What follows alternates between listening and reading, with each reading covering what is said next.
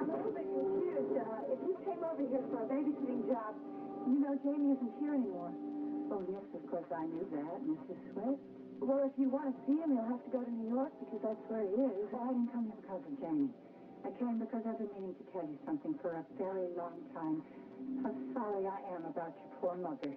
My mother? Yes, about that awful thing that happened to her. I can't tell you how sorry I am about that accident.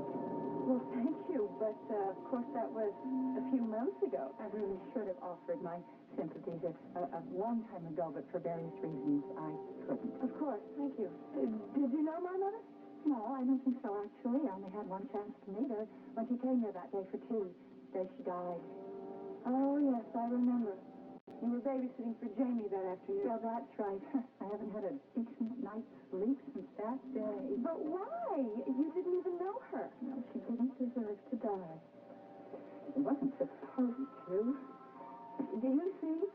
No, I'm afraid I don't. It's all her fault. April Scott.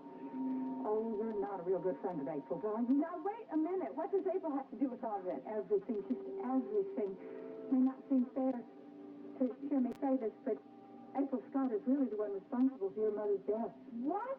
Yes, she just destroyed her life the same indirect way that she destroyed my Emily.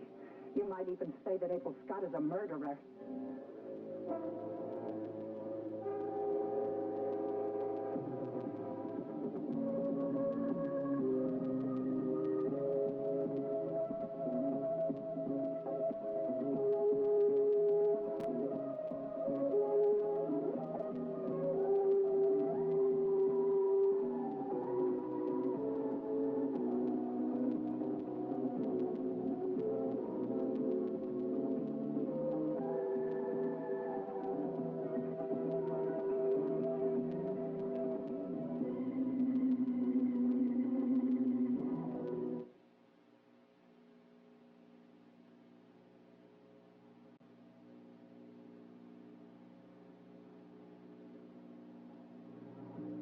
Molly, you could call April a lot of things, one of which is a simpering little goody two-shoes, but how could she possibly be responsible for my mother's death?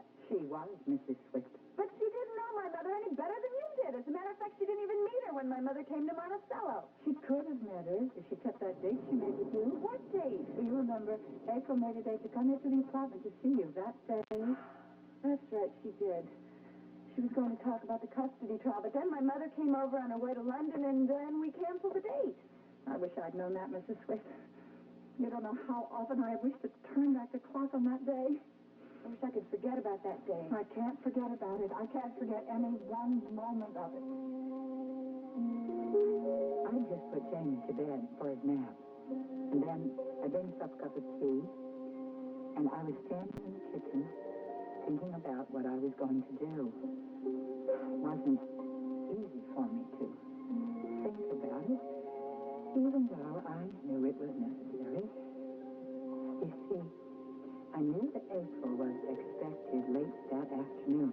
I'd heard her talk to you about it. That's why I volunteered to stay with Jamie.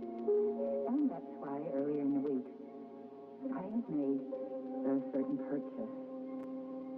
I didn't know very much about poisons, but it was easy enough to find what I needed. I just went to the garden supply store. The label said it was supposed to kill garden pests, but I wanted it to use for something else. I knew you didn't use sugar, Mrs. Swift, but I did know that April did. That was one of the advantages of being her housekeeper. The stuff itself was white and looked like crystals, not exactly like sugar.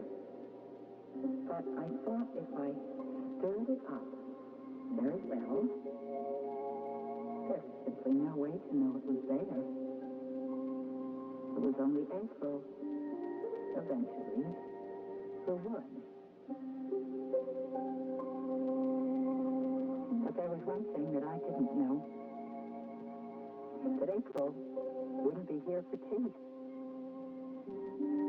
You do understand, Mrs. Swift, that I was doing this for Emily. I didn't hate April. I hated the idea of killing anyone, especially your poor innocent mother. Oh, Mother. Yes. Children are such burdens, aren't they? The way you always made me feel. I did nothing of the kind. Yes, you did. Especially after...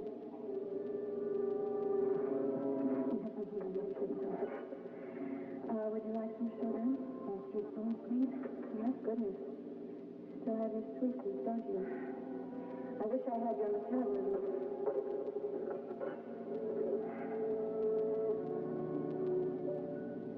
Maybe I do. Maybe I inherited that along with your feelings about children. What feelings? Are you trying to tell me that I didn't care for you as a child? Maybe you did a little bit. Till Daddy died. No. That wasn't true. Yes, it is. I always thought you blamed me for Daddy's death. It was the other way around. You hated me after he died. Oh, he adored you so much. Too much. You've always felt it. Your own past side. Oh, Mother. It was an accident that killed her, Mrs. Smith. I just didn't put enough poison in sugar bowls, so it didn't take effect until she was in her automobile.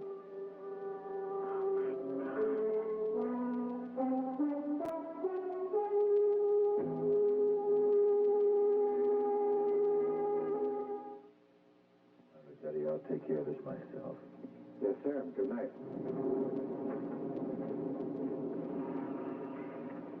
All right, start talking. Look, I didn't go over to Mrs. Swift's apartment to hurt her. I just wanted to talk to her. About what? I heard that she was going to testify against me in court. Well, what do you think you could do? Change your mind for her? I wanted to find out why she was lying about me. Now, I could rescind your bail for what you did tonight. I could put you in jail right now until your trial starts. I just wanted to talk to her, that's all. Look, if she claims that she saw me inside the unicorn the same time that Elliot Thorne was murdered, I wanted to hear it from her own lips. Because that's a lie. I wasn't there. You can have your day in court. If your lawyer has anything to say in rebuttal to Mrs. Swift. Look, she's lying. I don't even know the woman. What's she got against me anyway? Got anything personal against you? Then why did she wait so long to drag my name into this? Well, obviously she was afraid to come forward with the truth, but I think you're aware of that same kind of reticence, aren't you? Okay, I admit that I lied a lot to cover about my past, but I never lied intentionally to hurt somebody else. She's not trying to hurt you. I think she's telling the truth. She's not. You told me you went to the unicorn that night to pick up your puppets. Obviously, that's when she saw you. Look, I admit I was outside the club, but I never went inside. But if she's mistaken and if she's got her facts twisted, that'll come out in court. But it might be too late by then. Chief Mallard, we both know that there's enough evidence against me to hang me right now without somebody deliberately lying. You know, I didn't like having to arrest you. Like Nancy Carr, they're good friends of mine. I respect their opinions, and I know how they feel about you. But in my job, I've got to remain impartial. I've got to go by the facts. But I want you to believe me, too. Look, I didn't go inside the unicorn. I didn't try and kill Elliot Thorne. And I didn't try and kill my own attorney, and I didn't attack some woman whose name I can't even remember. Her name is Molly Sherwood.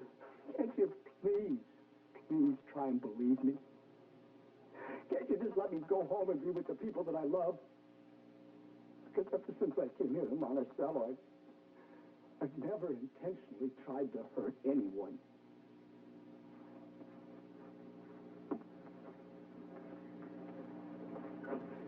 All right, get out of here. Go home.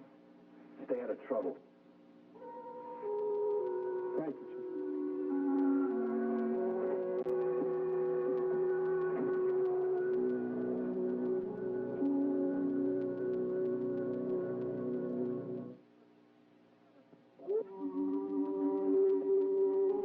That must be quite a story you're working on. You've been at it for hours. Well, it's about the banker, Ira Gideon. Have you heard about him? Oh, of course. The guy who embezzled all that money from his bank. What was it, 25 to 30 million?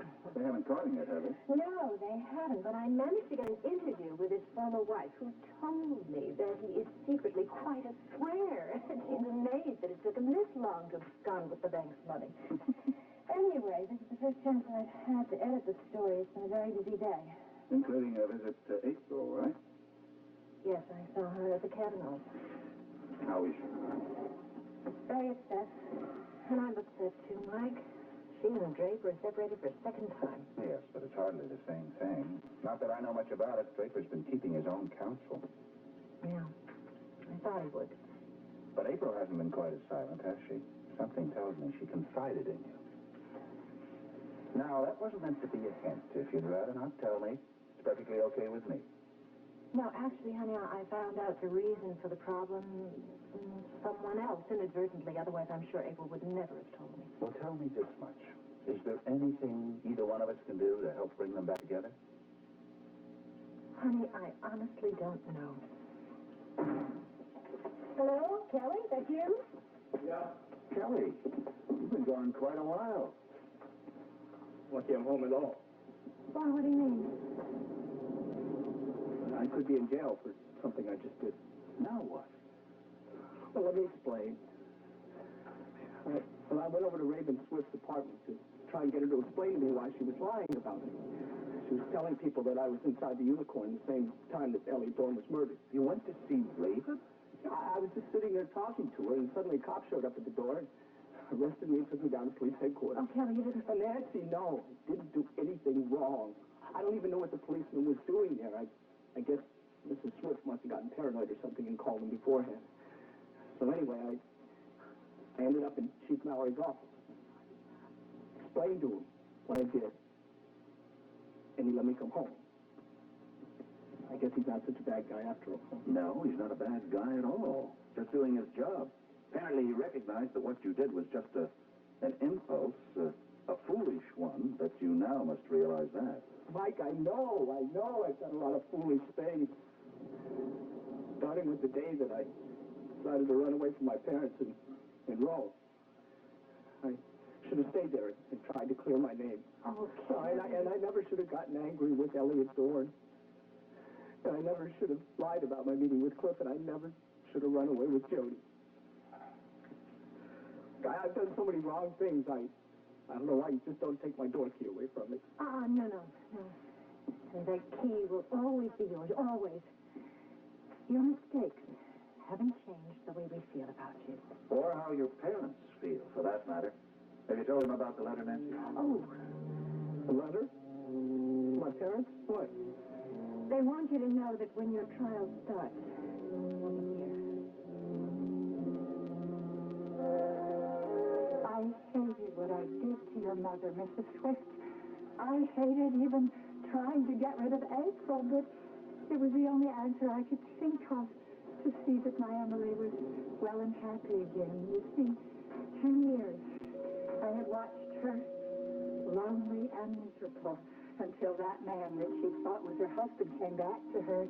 And well, suddenly on account of April, she was in the hospital almost a vegetable. Well, naturally, I thought that if April was out of Draper's life, Emily could go back to him, and she'd be happy again. We'd all be happy. Oh, no, please, Mrs. Swift, don't go. I haven't finished. If you want to know if I forgive you, I do. You don't understand. I didn't come here for forgiveness. Molly, why don't you go home and rest? Oh, I couldn't do that, Mrs. Swift. You see, I heard that young lady detective, Miss Saxon, say that you were at the Unicorn the night that Elliot Dorn was killed. Is that true? I don't understand. Were you at the club that night that Elliot Dorn was killed? And did you see anyone there? I don't understand. Oh, it's very important to me, Mrs. It's very important. You see, I saw Elliot Dorn the night that he was killed, and he came to visit you, only you weren't at home.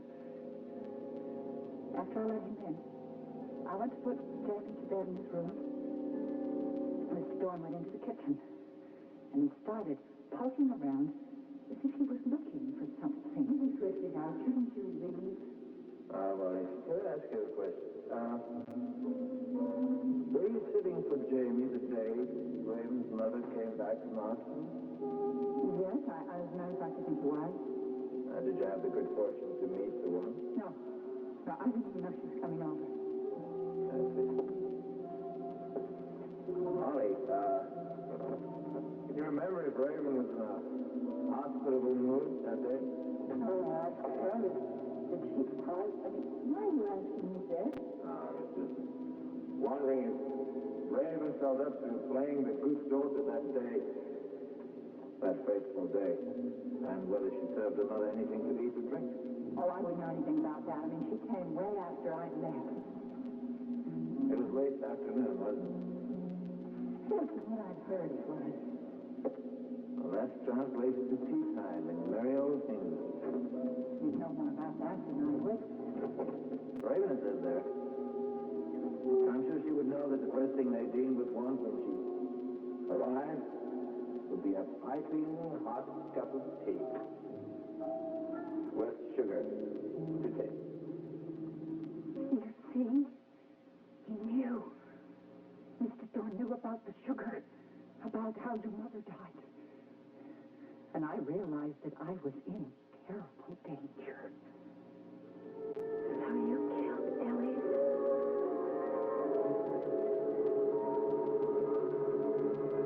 I had to do something. I just had to. I couldn't go to prison. I had my poor Emily to take care of. Well, no, it wasn't exactly Emma. Now, I have to be very truthful with you. I couldn't bear the idea of a trial and a sentence, spending any time in that terrible place with all of those horrible criminal women. Oh, no. I had to stop Elliot Dorn from telling anyone about the poison in the sugar bowl. So, at night, instead of going home to the penthouse, I went to the Unicorn. It was so crowded and noisy, and the lights were flashing that nobody noticed me. I'm very sure that a waitress didn't even see me. I walked in and melted into the crowd and found my way to the powder room. There I stayed for 2 hours, hiding until the Unicorn closed for the night, and then I came out. My heart was pounding so loud, it was almost as if that awful music was still playing. But it wasn't. There was only a small light on near the end of the bar. I opened my purse and took out the kitchen knife that I brought with me. And then I realized how foolish I was being. I couldn't just stab that man in the back and hope to get away with it. I leave fingerprints. If I couldn't get the knife out again, I'd lose the police all the evidence they need. But I got this idea. When I first came in the back of the stage, I'd seen this clown puppet, and I remembered thinking, my goodness, they make them just like a glove. So I put on the clown puppet over my hand, and I was able to clean the knife and keep my fingerprints off the handle. Then suddenly there was a noise. Someone was coming. So I ducked behind the little stage. Anybody home? Great night. Hearing sounds now. Where the fool?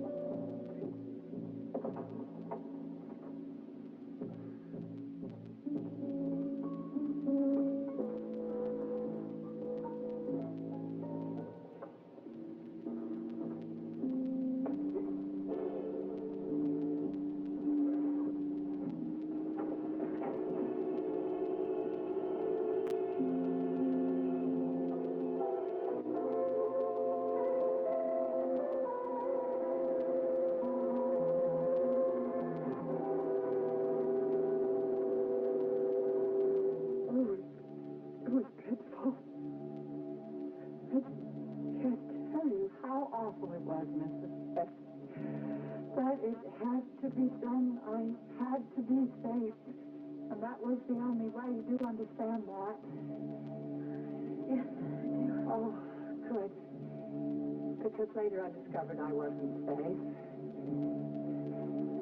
I hadn't been alone in the unicorn.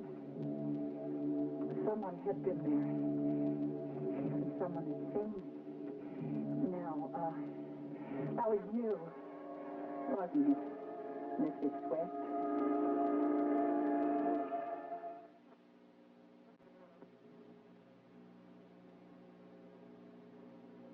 How do eggs breathe? Find out Wednesday night on The Nature of Things with David Suzuki. Hello, I'm Hannah Gartner.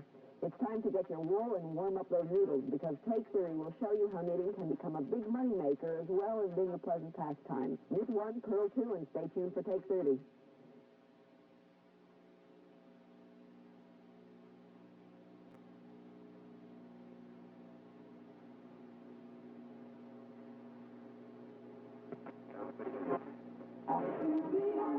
On Ryan's Hope. Ray's gone for the whole day. I'll be here all by myself. Two's company, and three's definitely trouble. And on the edge of night.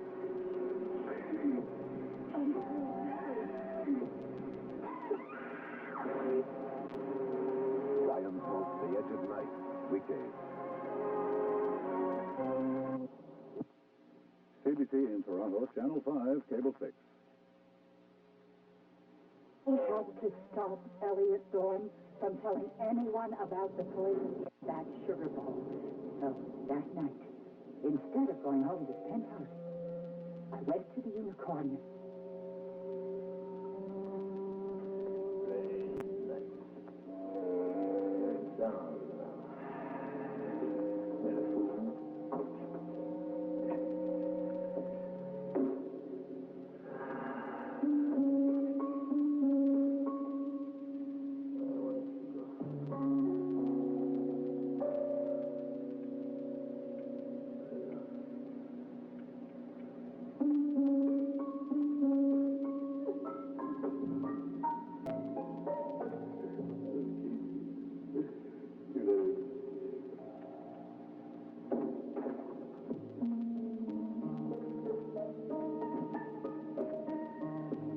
Charlie?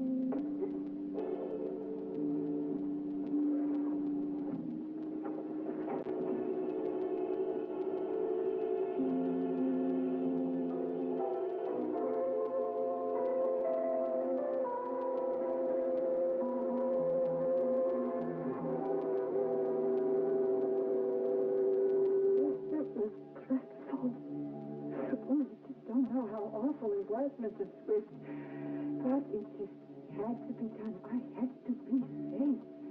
That was the only way to do it. Do you understand? Oh, I'm glad. Because then I discovered that I wasn't safe. I hadn't been alone in the unicorn.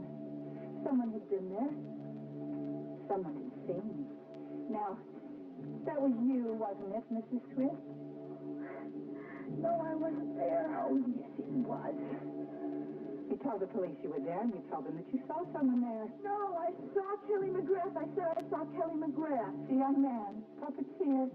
But he wasn't there. Only his puppets were there. I was very grateful for that, I can tell you. I can't tell you why I took the clown puppet with me. I suppose I saw the blood and thought it might incriminate me in some way, so I stuffed it in my pocketbook and laughed. Molly, I didn't see you. Ask the police. Really, I didn't accuse you. No, I don't know whether I should believe No, you can believe me. You don't have anything to fear from me. Really, you don't. Don't I, Mrs. Swift? After what I've just told you.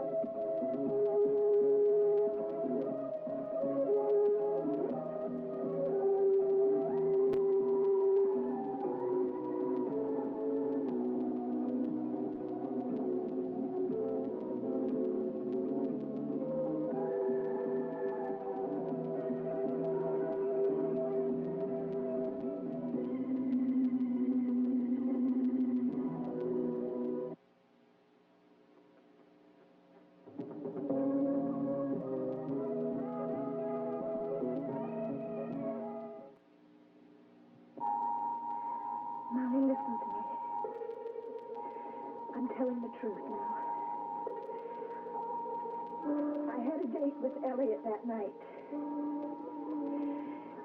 I was supposed to talk to him about something that was very important. See, he had this letter that he was going to give to my husband, who was the district attorney, and it would have messed up my chance at winning the custody trial. And so I had to try to talk him out of it. Oh, then I did you a big favor, didn't I, Mrs. Swift? You must have been very grateful to me. Yes, you did the whole world a favor. Nobody's mad at you. He was a horrible man. Now, they'll probably give you a very light sentence. No. I don't want any sentence. I'm not going to prison, Mrs. Swift. I told you. I'd rather be dead than in a place like that. Molly, then why don't you leave town? See, I won't tell anybody. I've already told the police that I saw Kelly McGrath there. Why? Why did you tell them that when you know it wasn't true? Because they were harming me. They thought that I killed Elliot, and I told them I didn't, but then when they knew that I was at the Unicorn, I had to tell them something. And besides, Kelly McGrath is a maniac. Is he? Yes. Why else would he have tried to stab his own attorney? And you did it, didn't you? Why? Why would you try to kill a harmless person like Cliff Nelson? Harmless? Oh, Mrs. Swift, not on your life. That's a very clever young man. Clever enough to frighten me. Please, why? Well, there was a party, you remember? In the middle of the custody suit, when that letter of yours came into court and everybody was so happy about it. Well, I still don't know what happened. You were going to tell me. Well, how'd you get that letter? I told you all about that. I was on Cliff's work, and I'm pretty much of a lawyer. But he's a wonderful detective. I've been thinking about this stuff. You know, maybe we're going to change jobs. This detective work is fun. Don't get carried away. No, I'm working on my next case already. Which one's that? Elliot Dorn's murder. Oh, are you serious, Cliff? Yeah, I haven't killed Elliot Dorn, and I'm going to prove it, too. I heard that while I was passing sandwiches around to everybody. I pretended, of course, that I wasn't listening and that I wasn't frightened about what I was hearing, but I was. And you know what? Mr. Scott saved my life. Draper? He did. He sent me down to the office to get some documents that night. And I found Cliff Nelson working there alone. It was the perfect opportunity.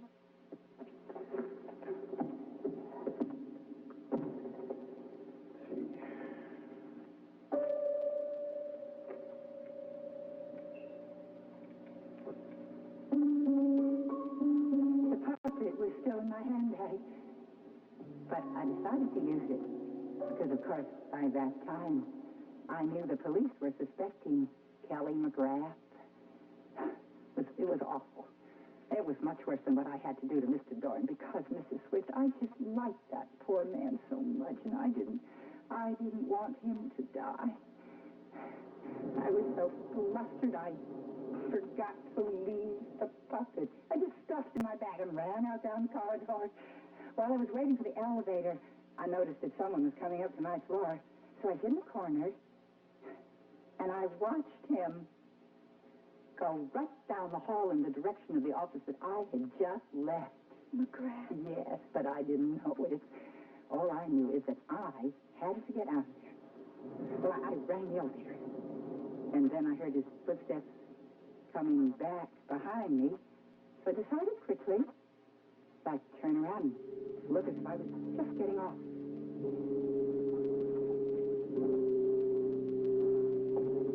Oh, excuse me, miss.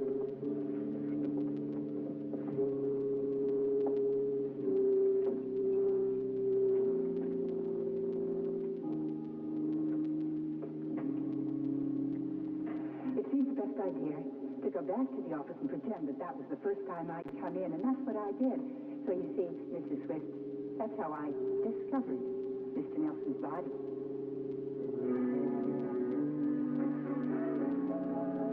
Well, Mrs. Swift, we just have, you see, a great deal in common. Both of us would like that young man to take the blame, but I just wouldn't be happy about it. Well, then tell the truth. Don't you understand? If you go to the police, they won't be as hard on you. Just tell the truth, Molly. You don't want to understand me. Don't you see how hard I have worked not to be arrested?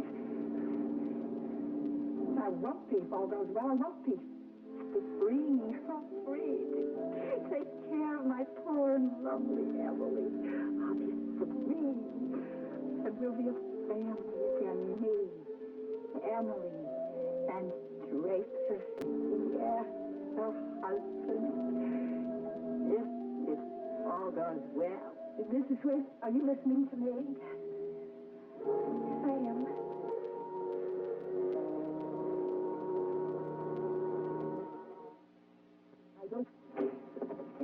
It'll be fine. Welcome to Nelson Acres. 9 glorious sun-filled rooms, southern exposure, wood-burning fireplace, modern kitchen. Every room with a view. Okay, so I exaggerate a little. 3 tiny rooms, faces north, no fireplace, lousy kitchen, no view at all. But that's sofa. Yeah, and that's all we need. Cliff, I really appreciate your taking me in this way.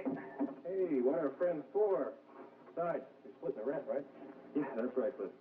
I'll split the rent as long as I stay here. That's the deal.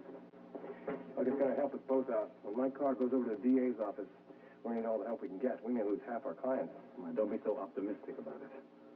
Hey, you and I are hotshot lawyers, right? But Mike Carr is the king of our profession in this town. You know, those big shot clients of his may want more mature representation. I don't even have to cut my hair. Come on, Cliff. We'll just prove to them that we can do the job. That's all. Don't worry about it. I'm not. You're not worried about it because you're not thinking about business. All you're thinking about is April. Oh, thanks. Want a beer? Yeah, beer's fine. If you never had to explain all this to me, and why would somebody who has a penthouse want to sleep on a sofa? We had some problems, Cliff. Personal problems. Hey, that's the kind of stuff I like to hear. Personal problems.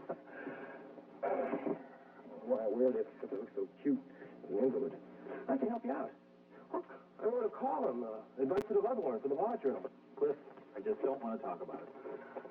Okay, I'll have to play detective. Let's see, has to do with your wife. How else would a guy get kicked out of his house? You had a fight. Disagreement. Why? Draper, have you been fooling around? Sorry. That was in bad taste. I'll, go get some sheets.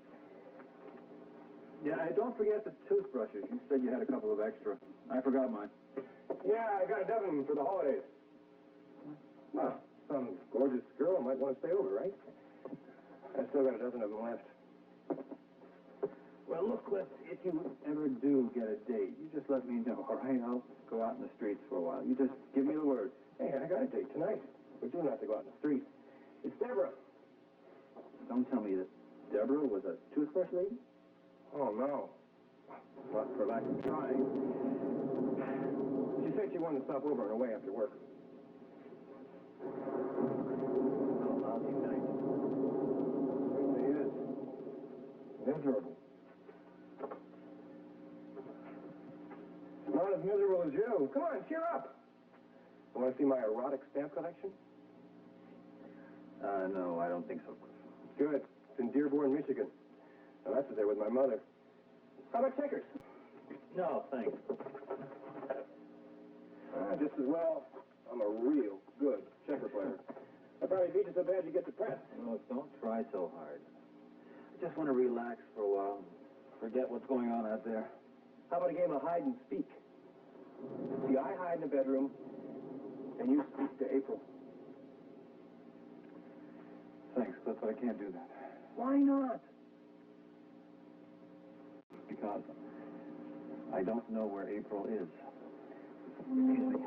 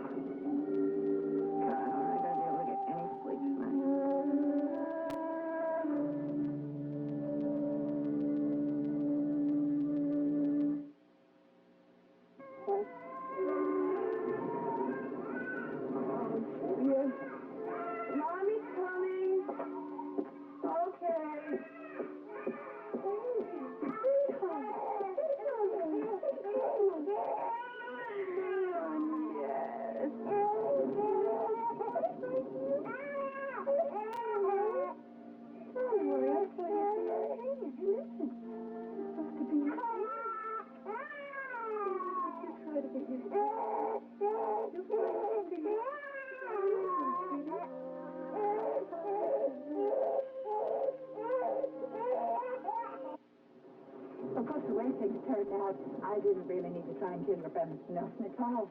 He didn't have a clue about who killed Elliot Dawn. He was just bluffing. This jerk. He thought I was the suspect. Yes, I found that out later, but by that time the damage was done.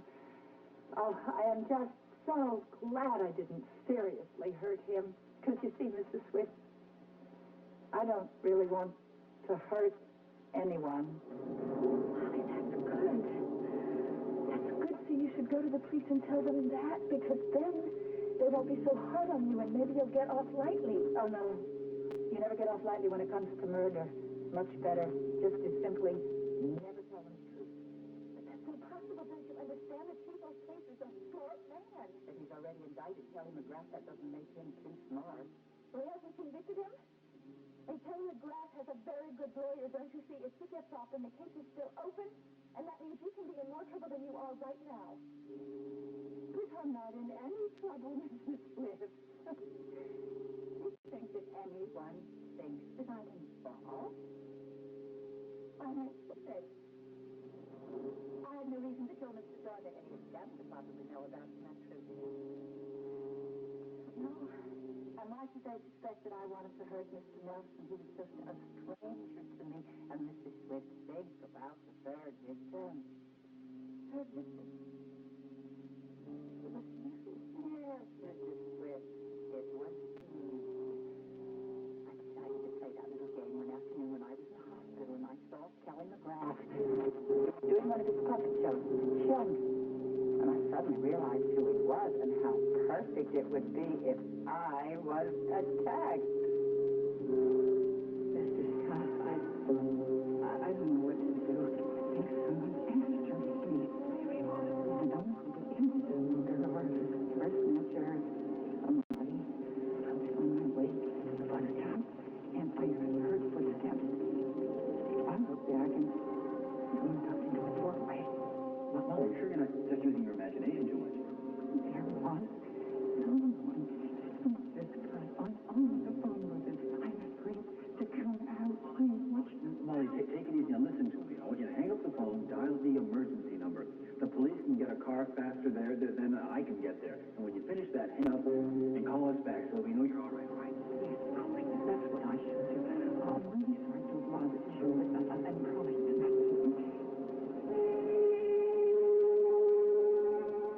That's exactly what it was. Nothing at all. I got out of the phone booth. I took the puppet out of my pocketbook. I dropped it on the ground, and I fainted.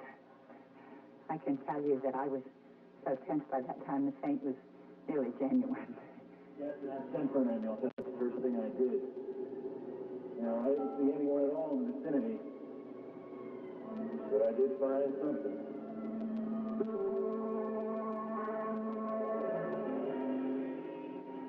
And now, if you don't mind, I think I better be getting along. I have someplace else to go. No, I don't mind at all. Go ahead, Molly. You see, April went down to the other house, you know, the old house in Oakdale. Yes, I know. She went back there with the baby, and that's where she's staying. And that's, well, I'm going to go there, you know, just to see that there are no more problems for Emily, and that she's happy, and that Draper is free.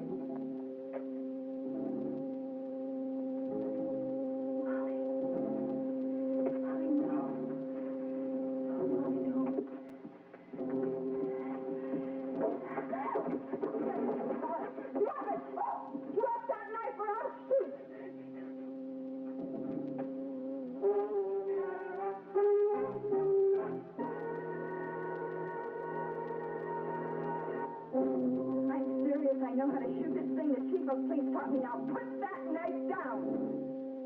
I said put it down right now. Now get away from that table.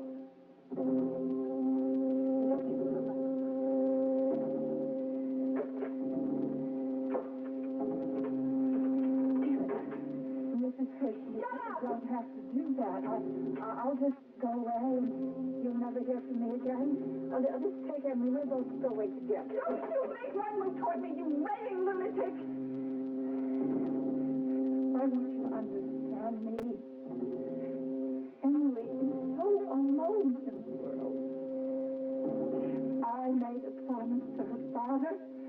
died father that I would take care of her. This is like a daughter to me. You are insane and you need to be locked up. I know what I did was wrong. So what's done is done. Now why does everybody want to send me to prison? You think I'm going to let you out of here so you can go to Oakdale and murder April? Why should you worry? You've never cared very much about April's God. My God, that doesn't mean I'm going to go let you murder her. Now get back! I'm calling the police.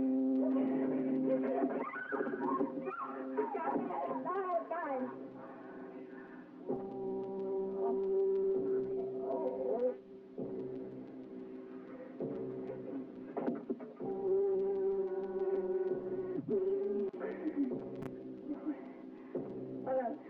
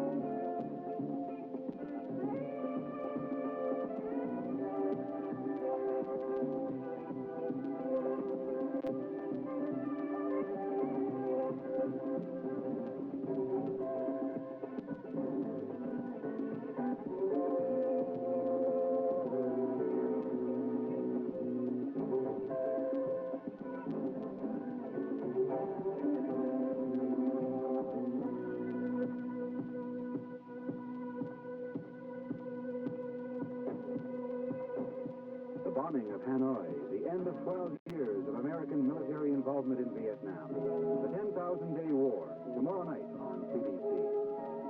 Hello, I'm Harry Brown. Today on Take 30, we pay tribute to one of the most confounding Canadians of the 20th century. Marshall McLuhan is the message. Take 30 is the medium. Next on CBC. I'm serious. I know how to shoot this thing. The chief of police taught me. Now put that knife down. I said put it down right now. That table.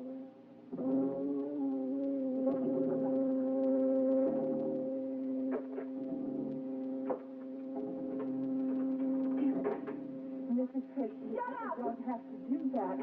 I'll just go away. You'll never hear from me again. I'll just take Emily. We'll both go away together. Don't you make one move toward me, you raving lunatic! Why don't you understand me? Emily is so alone in the world. I made a promise to her father, her dying father, that I would take care of her. This is like a daughter to me. You are insane and you need to be locked up. I know what I did was wrong. So much done is done. Now why does anybody want to send me to prison? You think I'm going to let you out of here so you can go to Oakdale and murder April? Why should you worry? You've never cared very much about April's God. My God, that doesn't mean I'm going to go let you murder her. Now get back! I'm calling the police.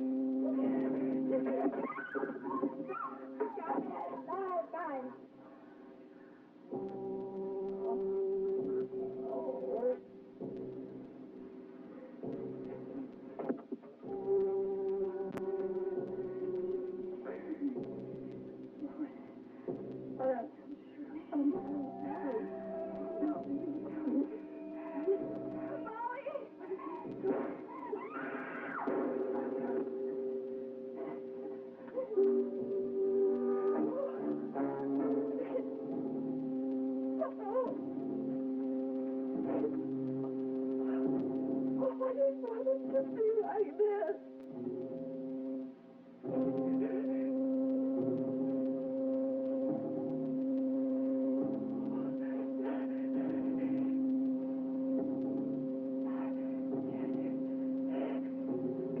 I know, darling Madras.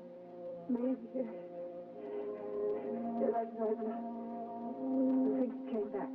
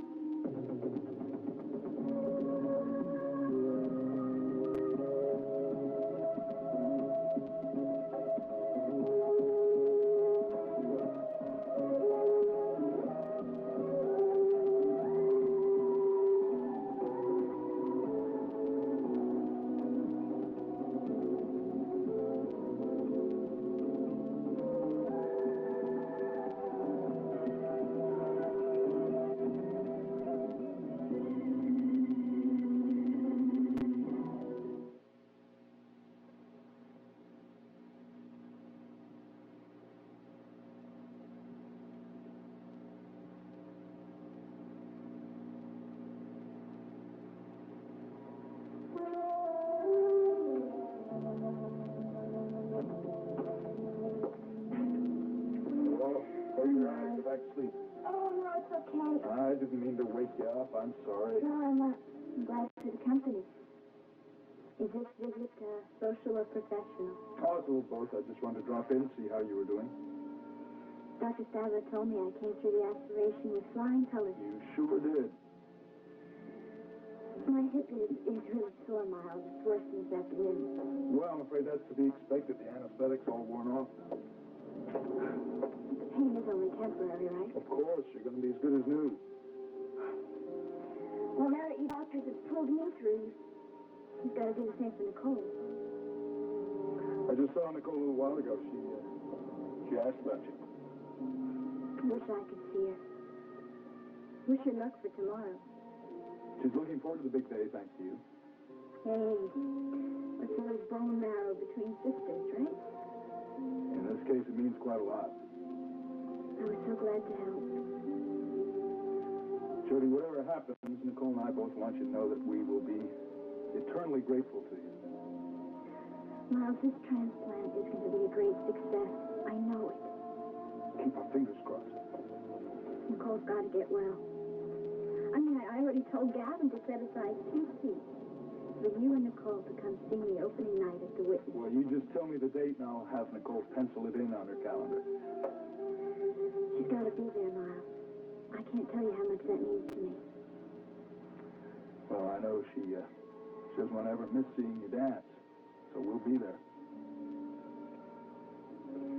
Well, I'm feeling kind of tired. I think I'm going to try to get some sleep. Okay. You do that. You need your rest. Oh, promise me you'll come by here tomorrow and tell me how everything went. Oh, yeah, of course.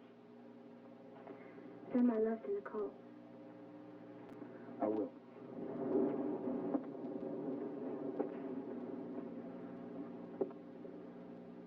You've given Nicole a chance, Jody. God bless you for that.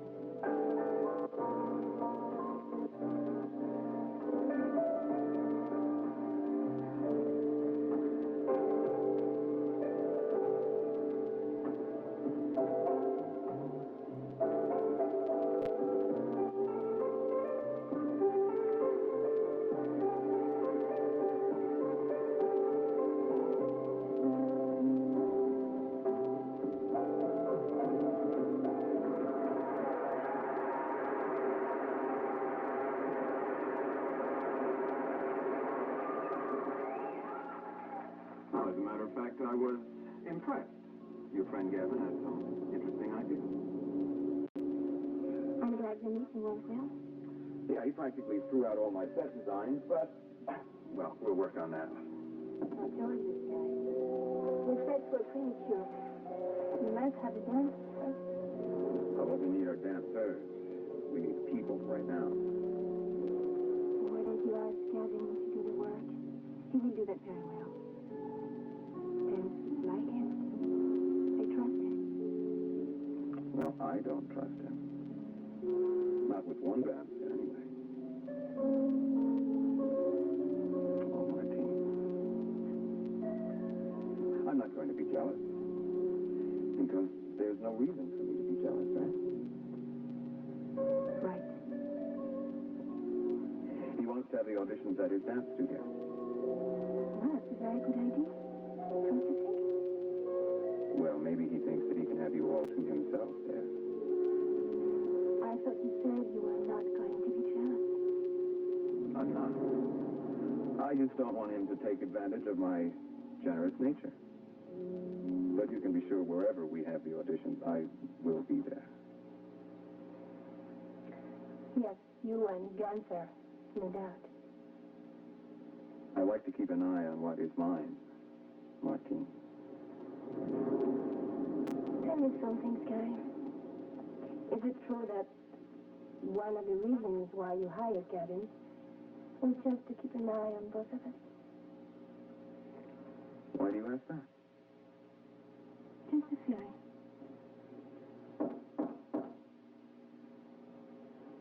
I'll get it.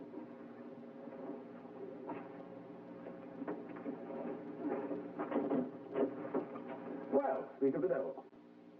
What's that, Mr. Whitney? Nothing, Gunther. Come on in. You're the contract you wanted. Good evening, Mr. Vaughn. Oh, good. Well, here, I'll look these over. You help yourself to a drink if you like. No, thank you, Mr. Whitney. Well, good night. Sometimes. Well, it's not that late, Martine. The room is suddenly rather foul.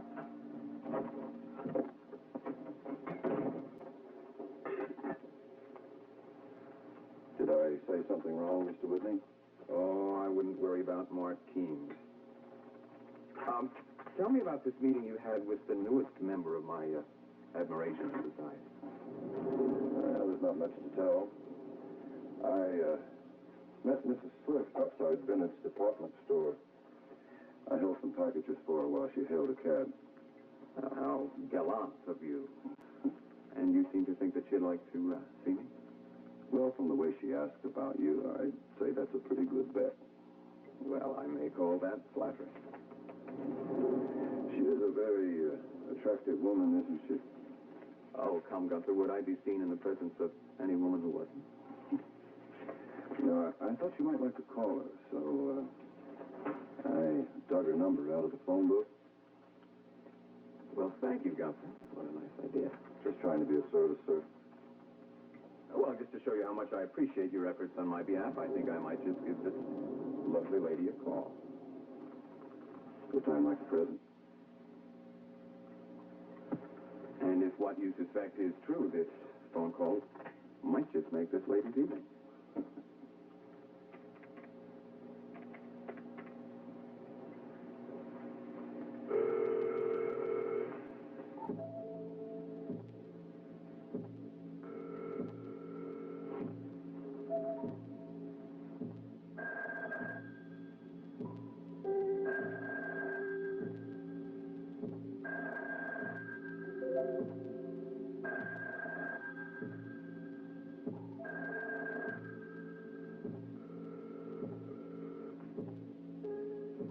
Well, it seems as if Mrs. Swift is out this evening.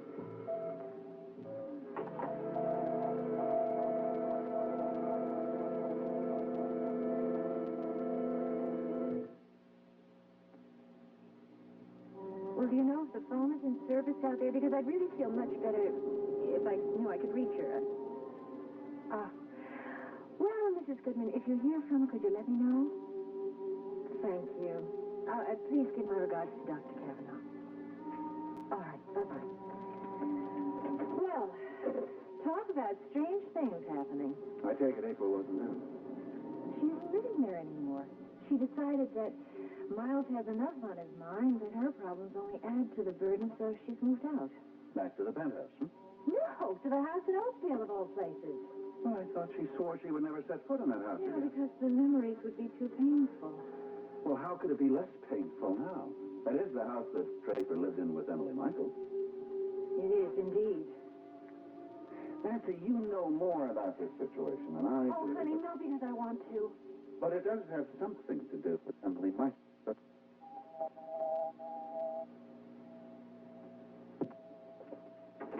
Geraldine, what a pleasant surprise. Not too much of a surprise, I hope, Mike. How are you? Nancy, I hope you'll forgive this unannounced visit. Oh, you're always welcome to. You know that. You didn't venture out on a night like this just for a social call, did you? Actually, I was hoping I might have a word with your nephew. Is he here? Yes, he's in home. Please, sir. He seems to be spending a great deal of time up here lately. That, frankly, doesn't surprise me. The world can't seem like a very friendly place for that young man right now. Well, things have been very difficult for him. It seems such a pity. All of this happened when he had so much going for him. Well, about the only thing he's been able to take comfort in lately is knowing that people do care about him. That's quite a bit to be grateful for. Yes, we've been as supportive of him as we can, as has Jody Travis. And he's been most appreciative of your concern, Geraldine. I'm very fond of that young man, as you well know. That's why I had to drag myself out of my home this evening with great reluctance. Why? What do you mean? What I had to discuss with Kelly is not something I'm looking forward to. There's a problem? The date for the premiere of the new Jordan's children's show on WMON is rapidly approaching. I think I can guess what's coming. And, of course, Kelly has missed a great many of those planning sessions with the Jordans. They're just as disappointed as I am about losing Kelly and the puppets, but given the circumstances right now, this is the way it has to be. Well, it's not unexpected. It's, I'm sure Kelly is going to be very hurt by this, though. I just wish I could think of a way to tell him that would be easy and painless for all of us. I doubt if one exists. I simply thought it would be better to tell him here rather than calling him into my office, hoping that it would soften the blow somewhat. That was very considerate of you, Geraldine. How long have you been there? Too long, I'm afraid. Kelly, I'm really very sorry. No. You did the best that you could, and I really appreciate it. Well, that can't be much consolation to you now. Well, it's only what I expected.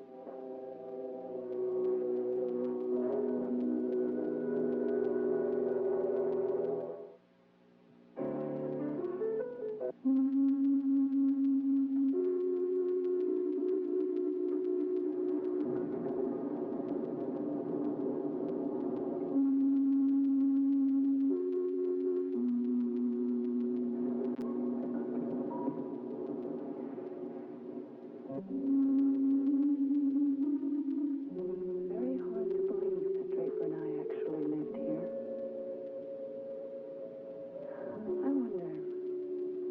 I wonder if Emily greeted him at the door every night the way I did.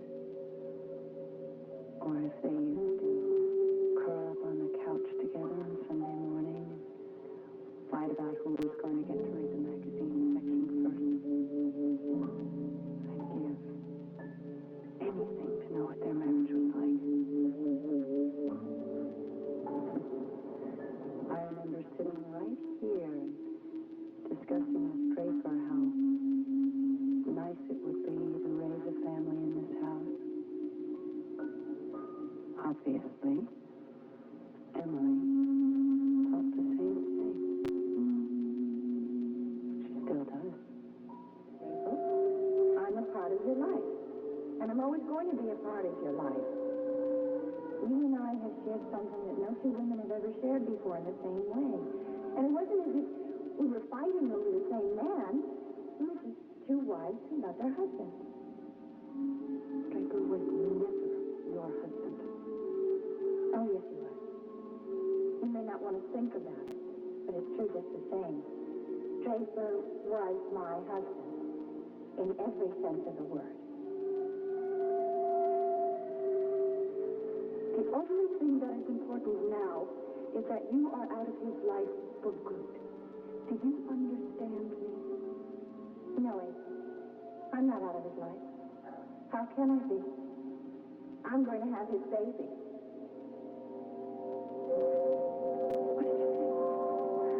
I said I'm pregnant. Oh, no.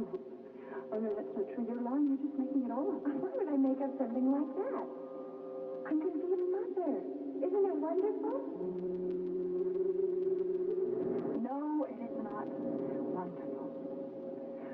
I'm not going to think about you, Emily. Oh, nothing about you. I came out here so that I wouldn't have to think about you or anything else. I am going to think about happy things because there are a lot of happy things that happened in this house.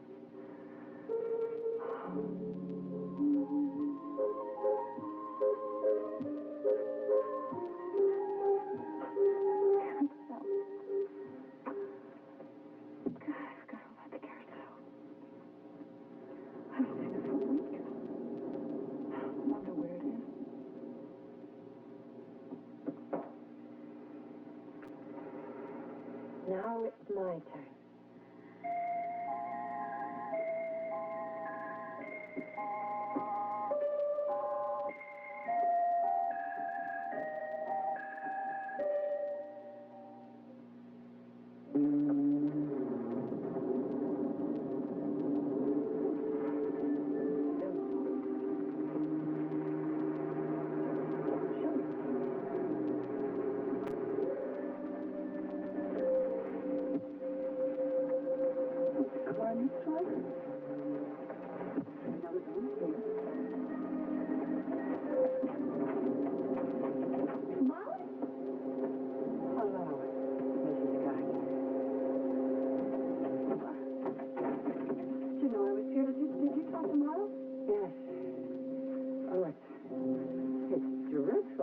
I just have to get these wet things off. How are you, Mrs. Scott? Oh, Molly, I'm sorry, but this is above and beyond Nicole's duty. You did not have to drive all the way out here just to see how I am. Oh, I couldn't leave you and Julia alone. I just wouldn't be right. Julia is fine, as a matter of fact. She's sleeping, and as far as I'm concerned, Molly, I came out here to be alone, and I would greatly appreciate your driving back to the apartment tonight. I hope you understand. I just can't leave, Mrs. Scott. I don't mean you have to leave immediately. Of course, you can stay. I had to come here. It is very important that I am here, Mrs. Scott.